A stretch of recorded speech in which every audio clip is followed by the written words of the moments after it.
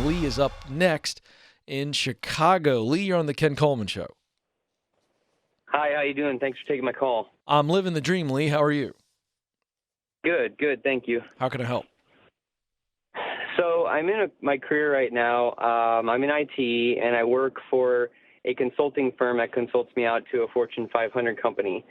And I've been doing it for 6 months. It's a newer field within a niche in security, IT security. And I'm super nervous. I'm at a point where they want me to take a certification course. It's very early on, and I'm getting a lot of pressure from my consulting firm that basically says, he's basically saying in between words that if I don't pass the exam, it's a really tough exam. If I don't pass it, I'm going to get fired. He'll find a way to fire me without actually saying that. Mm-hmm. And it puts me in a tough position because I'm not sure IT is my passion anymore, and security is very difficult for me. Mm-hmm. I enjoy challenges, but I don't know if this is where I need to be. And then on top of that, I got an email that this was yesterday, and this morning I went into work. I got an email that said from his staff that said if anybody signs up for the class to take the test, you will be obligated to stay with us for a year in order to make the Fortune 500 company ROI, return on their investment. So, which I get that, but that puts me in another further worse position that if I want to move on, I pretty much got to allow myself to get fired, and I'm not sure I want to be in that position either. Yeah. Well, I think the bigger issue is that you don't want to be doing what you're doing right now because you're just in a situation where you're being pushed up a ladder that you don't want to climb. So the options are... Go ahead. I said maybe with no more pay either, because that hasn't been confirmed. There's some rumors that the firm I'm with doesn't really give you raises either. So. Right. Well, I wouldn't focus on rumors. I don't like rumors. I hate rumors, to be honest with you. I'm also taking you at face value that you really are right here. I have to assume that you're right because you're not giving me any evidence. What you're saying is it's been implied, but it hasn't been said. But it's been implied that they've painted you in this corner. So I'm in a position where I have to assume that you're absolutely right. Although I'm going to nudge you and go, I'd make absolutely sure that you're not reading into something that's not there. Okay? I just think you need to double, triple check to make sure that you're right. But here's the reality. You're doing security work now, IT security, and it's not your jam. It's not what you want to do anyway. So whether they've painted you in the corner or not, you're only there for a limited amount of time anyway, correct? Yeah, and I didn't add that they wanted us to sign up yesterday or today for the course. So this is all moving really fast, and that's what's really making me nervous is the whole, the corner just got a lot smaller today. Well, how much time do you have? If you don't sign up for this class, how much time do you have in your mind before they let you go? Is that because that's what you're saying? That I don't know. What do you want to do?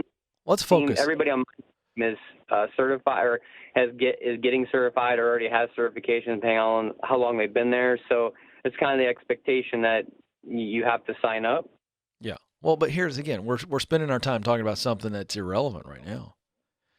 What's relevant is that you don't want to do it anyway. So here's what's going on. It's making you nervous, and I get that. But in my mind, this is a good thing. And it's a good thing because it's forcing you out of a nest that you don't want to be in long term anyway. So now you're moving with some urgency. It seems to me like they've put some urgency on something that you need to be doing anyway. Am I right? Yeah. So where do you want to go? What do you want to do? Well, I did some of my own thoughts, processes, and this is not by no means an exhaustive list, and it's not in any order, but I've thought of sweet spot ideas of financial trading sector, counseling, something with cars, and even something still within technology, within IT, like maybe sales or something like that. Okay. Now, have you been using the process that I teach? Because those things are all across the board. I'm not saying that they don't all fit within your sweet spot, because I believe there are multiple roles. Absolutely. Yeah. Sorry, Ken. I'm a new listener. All right. So here's how it works.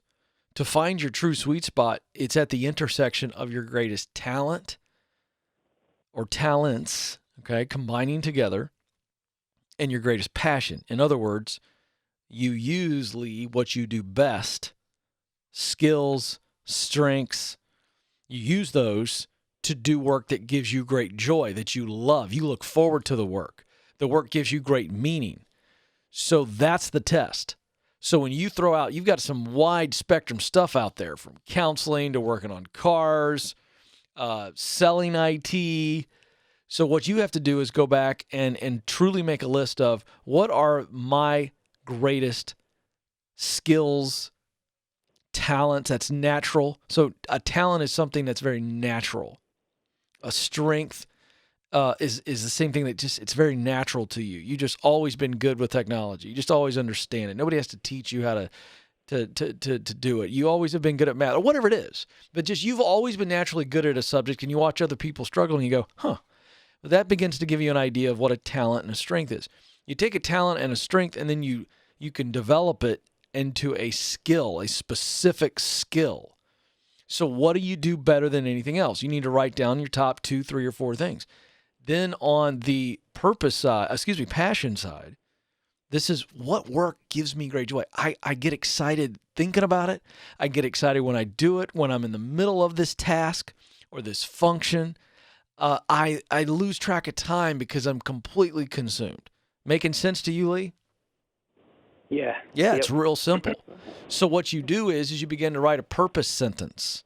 You once you get clarity on the talents, strengths, skills, and passions, you begin to write a purpose sentence. All right? And Okay. you verify that with people who know you really well, who will be honest with you so that you're not suffering from reality deprivation syndrome. All right? And so here's what I'm going to do, Lee. You need to go through this exercise, don't you? Yeah. All right, so here's what I'm going to do. And I'm now breaking this to the audience. Madison's going to pick you up, and she's going to email you a purpose sentence tool that we are developing right now. I am not releasing it to the public yet, but we are testing it right now. It's what I just described, but I walk you through step by step how to do it.